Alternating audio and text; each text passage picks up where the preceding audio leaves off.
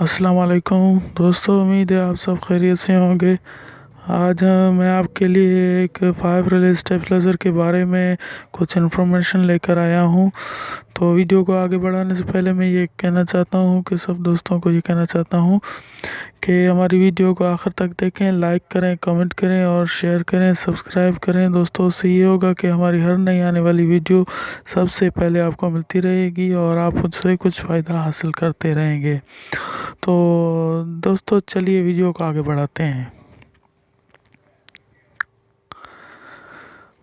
तो दोस्तों, जैसा कि आपको मैंने पहले बताया था कि ये 5 रिले स्टेबलाइज़र है। ये 50 वोल्ट से 220 वोल्ट पूरा करता है। ये जो रिले मैं हाथ लगाकर आपको दिखा रहा हूँ, ये 50 वोल्ट से काम करता था और ये बिल्कुल ख़राब हो गया था। तो पहले मैं इस रिले को चेंज करूँगा, तो उसके बाद ही वापस इसको चेक करेंगे कि ये वापस 50 से काम कर रहा है या नहीं कर रहा।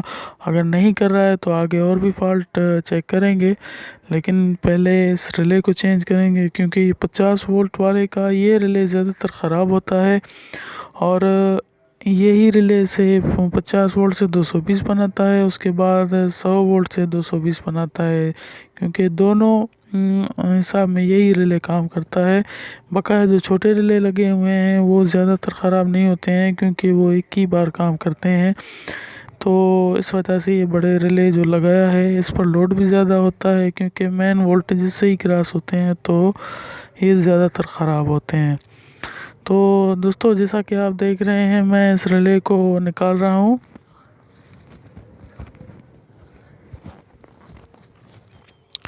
तो दोस्तों, तकरीबन ये रिले जो भी होते हैं, टी रिले इसको कहते हैं, मैं इनको पहले निकालता हूँ और उसके बाद इसको थोड़ा सा जिस साइड से पॉइंट इसके होते हैं उधर से तोड़कर देखता हूँ। अगर वाकई ये बहुत ज़्यादा ख़राब है तो इसको चेंज कर लेता हूँ। अगर उसमें कुछ जान है तो चेंज करने की ज़रूरत नहीं है, फिर आगे कोई और फॉल्ट आप चेक कर सकते हैं। लेकिन पहले मैंने इसको जब खोला, थोड़ा सा इसको पॉइंट की तरफ से खोला, तो मुझे पता चला, जैसा कि ये देख रहे हैं, मैं आपको दिखाने की कोशिश कर रहा हूँ कि इसके पॉइंट बिल्कुल ख़राब हो गए थे। तो मजबूरन ही मुझे ये रिले चेंज करना पड़ा। तो इसीलिए मैंने पहले भी कहा कि ज़्यादातर यही रिले ख़राब होते हैं, तो इसकी जगह पर आप नया रिले लगा दें। नए रिले लगाने से ये होगा कि उसकी लाइफ कुछ बढ़ जाएगी। वैसे तो यूज़ में किसी सर्किट से भी आप निकाल कर लगा सकते हैं, लेकिन नया रिले लगाने से ये है कि उस स्टेबलाइज़र की कुछ लाइफ बढ़ जाएगी और ग्राहक भी मुतमईन हो जाएगा या कोई दोस्त होगा वो भी मुतमईन हो जाएगा। तो जैसा कि ये देख रहे हैं, मैं रिले लगा रहा हूँ। ये बहुत ही आसान है दोस्तों। रिले का फॉल्ट तो बहुत ही आसान है, लेकिन जब रिले काम ना करे और वेरिएबल या काम ना करे, जो वेरिएबल इसमें होते हैं जिससे रिले काम करता है, या वो काम ना करे, तो वो फॉल्ट बहुत ही बड़े होते हैं। तो मैं जैसा कि आपको दिखा रहा हूँ कि रिले के टांके लगा रहा हूँ, तो उसके बाद ही इसको वापस चेक करेंगे कि ये काम कर रहा है या नहीं कर रहा। तो दोस्तों, जो भी आपका मसला हो, हमसे कमेंट में रब्ता कर सकते हैं। इंशाल्लाह मुझसे जितना भी हो सका मैं आपके साथ ताउन करूँगा, क्योंकि बहुत से दोस्तों का जब काम होता है तो मुझे बहुत खुशी होती है, क्योंकि बाद में दोस्त मुझे कहते हैं कि सर, आपकी वजह से, जो आपने मशवरा दिया था उसकी वजह से स्टेबलाइज़र हमारा सही हो गया है। तो मुझे बहुत सी खुशी होती है कि मैं किसी दोस्त के काम आ सकूं। तो दोस्तों, इसमें ये वेरिएबल देख रहे हैं, ये वीआर है जो सेटिंग करता है, और ये आईसी सर्किट है। वैसे तो ये सर्किट बहुत ही बेहतरीन सर्किट है। ये 50 वोल्ट से काम करती है और इसमें एक रिले टाइमर लगा हुआ है जिसको डिले टाइमर भी कहते हैं। वो डिले टाइमर लगा हुआ है, 3 मिनट के बाद ऑन होता है। ये 555 आईसी जो इसमें होती है टाइमर, वही लगी हुई है। तो पहले मैं जो टाइमर का कनेक्शन होगा वो निकाल कर इसको चेक करूँगा कि पहले इसकी वोल्टेज बनाऊँगा, बराबर करूँगा। अगर ये सही काम कर रहा है तो इसके बाद इसका कनेक्शन वापस वहीं पर टाइमर की जगह पर लगा देंगे, तो ये 3 मिनट के बाद काम करेगा। क्योंकि दोस्तों, अभी मैं काम कर रहा हूँ, बार बार 3 मिनट इंतज़ार करना तो टाइम ज़ाया करने वाली बात है। तो इसलिए मैं इसका कनेक्शन पहले रिले से काट कर डायरेक्ट कर रहा हूँ। तो वोल्ट पहले चेक करूँगा, अगर बिल्कुल सही काम कर रहे हैं तो मैं वापस इसको वहीं पर टाइमर पर लगा दूँगा।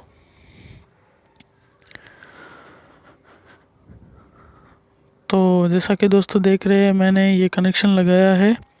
अभी मैंने इसको 220 वोल्टेज दिए हुए हैं। देख रहे हैं जैसे मैं ब्रेक की मदद से इसको कम करता जा रहा हूँ, वो छोटी सी एलईडी लगी हुई है सर्किट में, वो ऑफ हो रही है, और जैसे मैं वोल्टेज बढ़ा रहा हूँ वो एलईडी ऑन होती जाती है।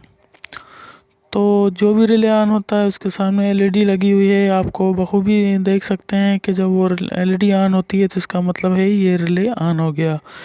तो इसका थोड़ा सा सेटिंग मैं अपनी तरफ से बराबर करूँगा, क्योंकि मुझे इसकी सेटिंग थोड़ा आउट लग रही थी, तो इसकी वजह से भी ये रिले ख़राब हो सकते हैं। जो रिले मैंने चेंज किया उसकी वजह से हो सकता है ये सेटिंग थोड़ा आउट थी, उसकी वजह से ख़राब हो गया था। तो मैं इसकी वापस सेटिंग अपने हिसाब से बराबर करता हूँ। दोस्तों सेटिंग के बारे में मैंने पहले भी कुछ वीडियो बनाई हुई हैं। अगर किसी दोस्त को सेटिंग के बारे में कोई मसला हो तो वो मेरे चैनल पर सेटिंग की वीडियो देख सकता है। बहुत ही आसान तरीके से सेटिंग होती है। देख रहे हैं जैसे ही वोल्टेज मैं कम करता जा रहा हूँ और लाइटें ऑफ होती जा रही हैं, तो इसका मतलब यही है कि रिले ऑफ हो रहा है, और जब लाइटें ऑन होती हैं तो इसका मतलब रिले ऑन हो रहा है। तो दोस्तों आप देख रहे हैं रिले टाइमिंग के हिसाब से काम कर रहे हैं, बिल्कुल वोल्टेज हाई और लो बिल्कुल काम कर रहे हैं। तो इसमें यही मसला था जो रिले का मसला था। तो आप भी इस रिले को चेंज करते टाइम पहले इसको थोड़ा सा पॉइंट की तरफ से आप देखें कि वाकई इसके पॉइंट ख़राब हैं, तो आप इसको चेंज कर सकते हैं।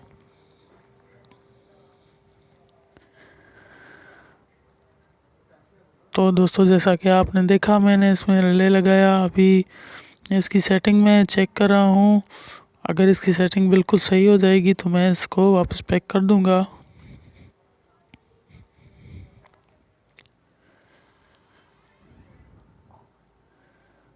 तकरीबन अभी इसकी सेटिंग बराबर हो गई है।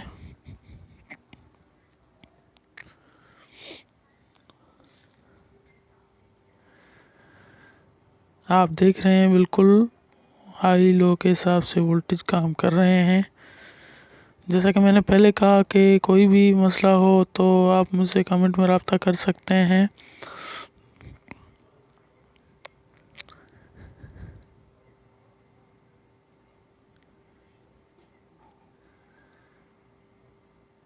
देख रहे हैं आप बिल्कुल लाइटें काम कर रही हैं, जो एलईडी लाइट लगी हुई है वो काम कर रहे हैं। जैसे ही मैं इसका वोल्ट लो और हाई कर रहा हूँ तो लाइटें उस हिसाब से हाई और लो हो रही हैं। तो आप बखूबी देख सकते हैं कि सर्किट अभी बिल्कुल सही तरीके से काम कर रही है।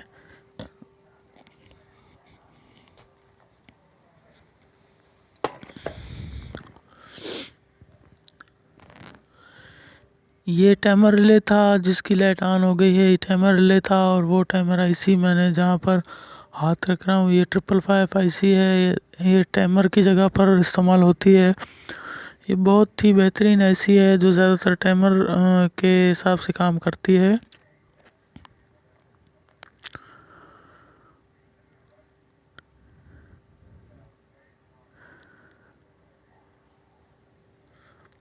दोस्तों वैसे तो छोटे से छोटा फॉल्ट आपको उस टाइम छोटा लगेगा जब आपको उसके बारे में मालूमात पड़ जाता है, तो आपको वो फॉल्ट छोटा लगता है। लेकिन जब तक वो फॉल्ट मिलता नहीं है कि कहाँ से ख़राबी है और क्यों फॉल्ट है, तो वो फॉल्ट बहुत बड़ा लगता है।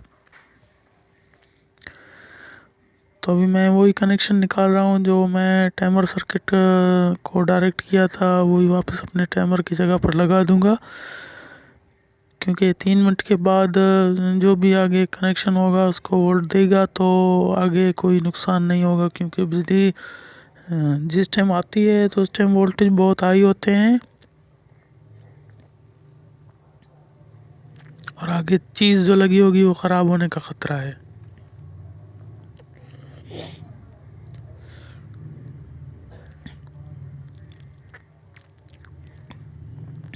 अभी मैं आपको चेक कराऊंगा। देख रहे हैं मैंने अभी इसको वोल्टेज में लगा दिया है। मैं अभी वीडियो को थोड़ा कट करूँगा क्योंकि 3 मिनट 4 मिनट इंतज़ार करना बहुत टाइम लग जाएगा और वीडियो बहुत लंबी हो जाएगी। तो मैं थोड़ा टाइमिंग को काट कर आपको दिखा देता हूँ कि ये इसका जो आउटपुट वोल्ट होता है ये ऑन होता है। इनपुट में आप देख रहे हैं वोल्ट बिल्कुल 50 पर सुई है और आउटपुट आप देख रहे हैं कि अभी वोल्टेज आ गए हैं और 220 बिल्कुल बराबर है। तो दोस्तों जैसा कि आपने देखा कि ये रिले ख़राब था, मैंने एक रिले चेंज किया, उसके बाद ये काम करने शुरू हो गया है और ये बहुत ही आसान तरीके से इसका मसला हल हो गया। और तकरीबन दोस्तों को इसके बारे में कुछ मालूमात भी मिल गई होगी। दोस्तों हमारी वीडियो को आखिर तक देखने का बहुत बहुत शुक्रिया। उम्मीद है कि हमारी वीडियो आपको बहुत पसंद आई होगी। तो इंशाल्लाह कोई भी मसला हो आप हमसे रब्ता कर सकते हैं। तो अपना ख्याल रखिए, हमें भी दुआओं में याद रखिए। इंशाल्लाह नेक्स्ट वीडियो में आपके साथ में फिर हाज़िर होऊंगा। तब तक के लिए इजाज़त दीजिए। अल्लाह हाफिज़।